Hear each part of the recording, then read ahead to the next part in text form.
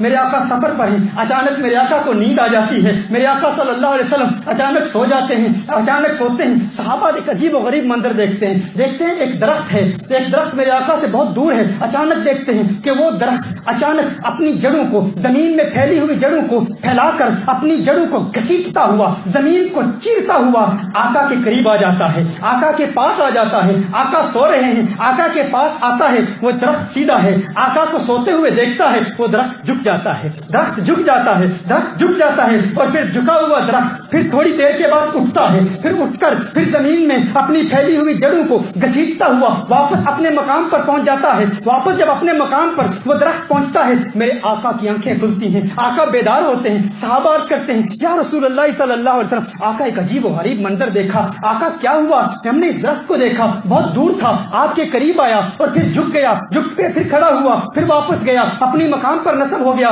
حضور اکرم صلی اللہ علیہ وسلم نے کیا ارشاد فرمایا؟ اب یہاں یہ بات بھی واضح ہو گئی کہ صحابہ حضور سے کیوں پوچھ رہے ہیں کہ اس درخت نے کیوں کیا اور یہ کیا ماجرا کیا ہے، کیا ہوا، یہ کیوں واپس آیا، کیوں واپس چلا گیا، اس درخت کے یہ سارے واقعات کیوں ہوئے؟ حضور تو آرام فرما رہے ہیں نا، حضور تو سو رہے ہیں۔ صحابہ نے سوتے ہوئے آقا سے کیوں پوچھا؟ کیونکہ صحابہ جانتے ہیں کہ آقا کی آنکھیں سوتی ہیں، دل جاگتا ہے، آقا کی آنکھیں سوتی ہیں، دل جاگتا ہے۔ آقا نے ارشاد فرمایا کہ جب اس درخت نے مجھے دیکھا نا، اس درخت نے مجھے دیکھا تو اس کے دل میں ایک تمنا پیدا ہوئی، اس کے دل میں ایک خواہش پیدا ہوئی، یہ میرا دیدار کرنا چاہتا تھا، چہرہ وضحا کو دیکھنا چاہتا تھا، یہ چاہتا تھا کہ میرے پاس حاضر ہو اور اللہ کی بارگاہ میں اس نے اذن طلب کیا، اس نے اجازت لی کہ ہے اللہ، جانے کب مدینے والے کا پھر دیدار ہوگا، جانے کب میرے سونے کا اس جگہ سے پھر گزر ہوگا، میں نہیں جانتا کب میرا محبوب یہاں سے گزرے گا، یہ موقع ملا ہے، اجازت طلب کرتا ہوں، میرے اللہ اجازت دے دے، محبوب کی بارگاہ میں جاؤں گا اور جھک کے سلام پیش کروں گا۔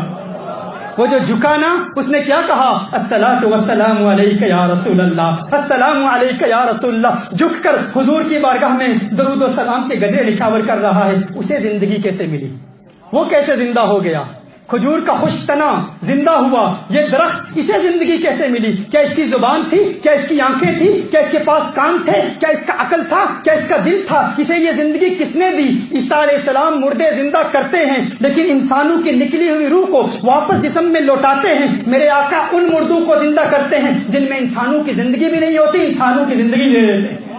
یہ میرے آقا کا کمال ہے۔ اسی طرح میرے آقا صلی اللہ علیہ وسلم ایک پتھر کا ذکر فرماتے ہیں۔ جب میرے آقا صلی اللہ علیہ وسلم مکہ المکرمہ میں مقیم ہیں، میرے آقا ارشاد فرماتے ہیں کہ مکے کی جس گلی میں میرا قیام تھا، یہ بعثت کے پہلے کا واقعہ ہے، ابھی حضور اکرم صلی اللہ علیہ وسلم نے اعلان نبوت نہیں کیا۔ میرے آقا ارشاد فرماتے ہیں کہ مکہ شریف میں گلی میں ایک پتھر تھا، وہ پتھر مجھے سلام دیا کرتا تھا۔ وہ پتھر کیا کہا کرتا تھا؟ السلام علیک یا رسول اللہ، السلام علیک یا رسول اللہ۔ بڑا ہی اہم نقطہ ہے، بڑا ہی پیارا نقطہ ہے۔ میرے آقا فرماتے ہیں وہ پتھر مجھ پر سلام پیش کیا کرتا تھا، کیا کہتا تھا؟ السلام علیک یا رسول اللہ۔ اور حضور نے فرمایا انی لاعرفہ الآن، میں اس پتھر کو ابھی بھی پہچانتا ہوں۔ کیا سنا آپ نے؟ کیا سنا آپ نے؟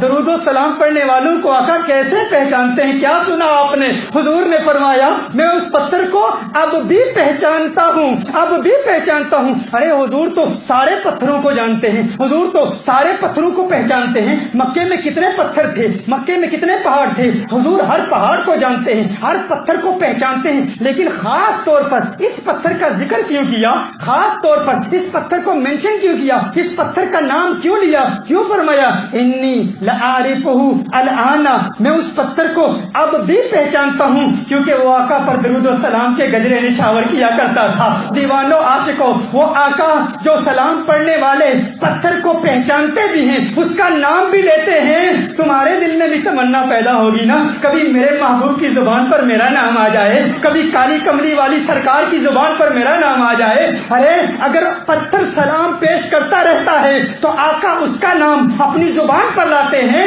امتی سلام پیش کرے گا تو آقا اس کا نام کیوں نہیں